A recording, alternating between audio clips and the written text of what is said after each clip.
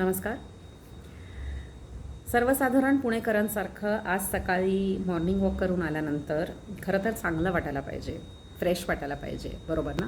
म्हणजे आपण सकाळी फ्रेश हवेमध्ये दिवसाची छान सुरुवात करायला पाहिजे. आपण ऐकत असतो, वाचत असतो की छान सकाळच्या कोवळ्या उन्हामध्ये चालायला जा, स्वतःच्या फिटनेसकडे लक्ष द्या.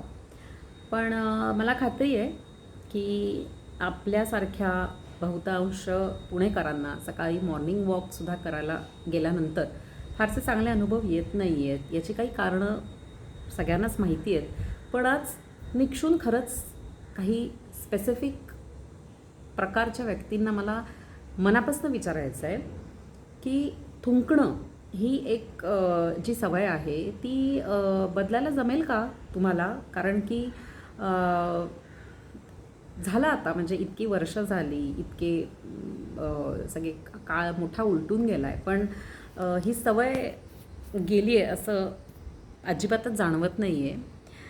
आजूबाजूचा परिसर घाण होतो आहे, रोगराई अजूनच वाढत चालली आहे आणि वेगवेगळ्या प्रकारच्या थुंकण्यानी, खाकरून थुंकण्यानी, पान खाऊन थुंकण्यानी आपण गोष्टी अजूनच अवघड करून टाकतो आहे, ना की दुसऱ्यांसाठी पण स्वतःसाठी पण.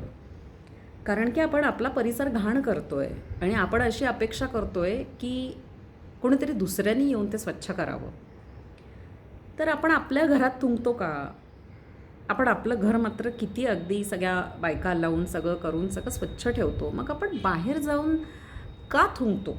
असा मला एक खूप मोठा प्रश्न विचारायचा आहे. जर तुम्ही करत असाल तर प्लीज करू नका.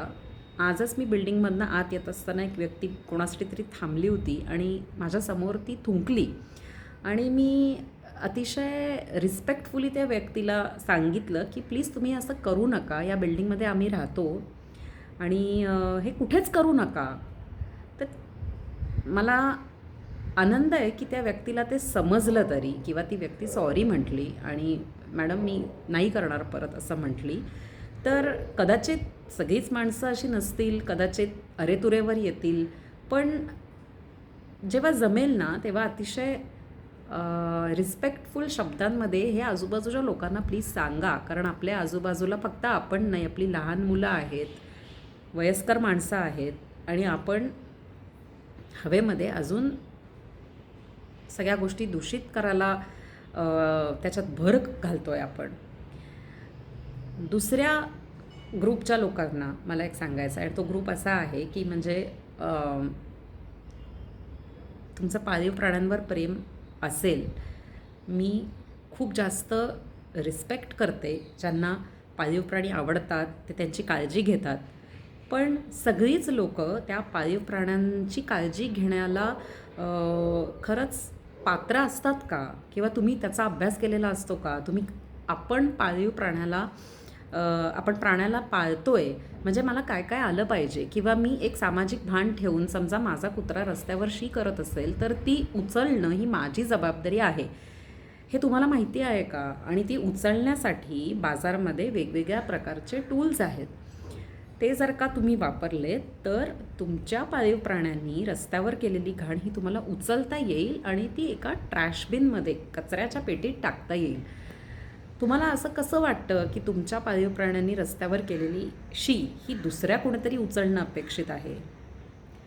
रस्त्यावरनं जाणारी लोकं, आज तो रस्ता सार्वजनिक आहे, त्याच्यावरची घाण ही बघून माणसांना कसं चालायला जावं असं वाटेल?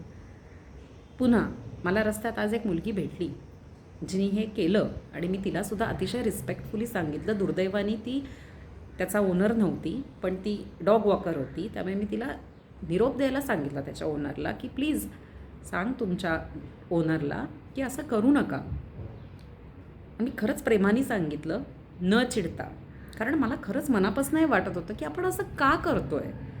आपण जर का आपलं घर स्वच्छ ठेवून आजूबाजूचा परिसर घाण करत असू तर आपण बाहेर पडणार आहे ना कधीतरी. आपल्याला त्याच परिसरात राहायचं आहे, आपण आयुष्यभर आपल्या घराच्या चौकटीत तर नाही राहू शकत. मग आपण ह्या स्पेशली या ज्या दोन गोष्टी आहेत की रस्त्यावर आणि इतरांच्या परिसरामध्ये जाऊन न थुंकणे, आपल्या घरातल्या बेसिनचा त्याच्यासाठी वापर करणे, आणि जर का आपल्याला स्वतःच्या घरात ती थुंकणं योग्य वाटत नसेल तर ते बाहेरच्या परिसरामध्ये तुम्हाला योग्य कसं वाटतं? नंबर 1. नंबर 2, प्लीज कुत्र्यांची काळजी घ्या, मांजरांची काळजी घ्या, जरूर घ्या. पण प्लीज त्यांना बाहेर घेऊन जाताना त्यांची जी शी आहे ती तुम्ही स्वतःनी साफ करा. त्याच्यासाठीचे टूल्स वापरा आणि प्लीज ह्या गोष्टी बाहेर करू नका. Thank you for listening.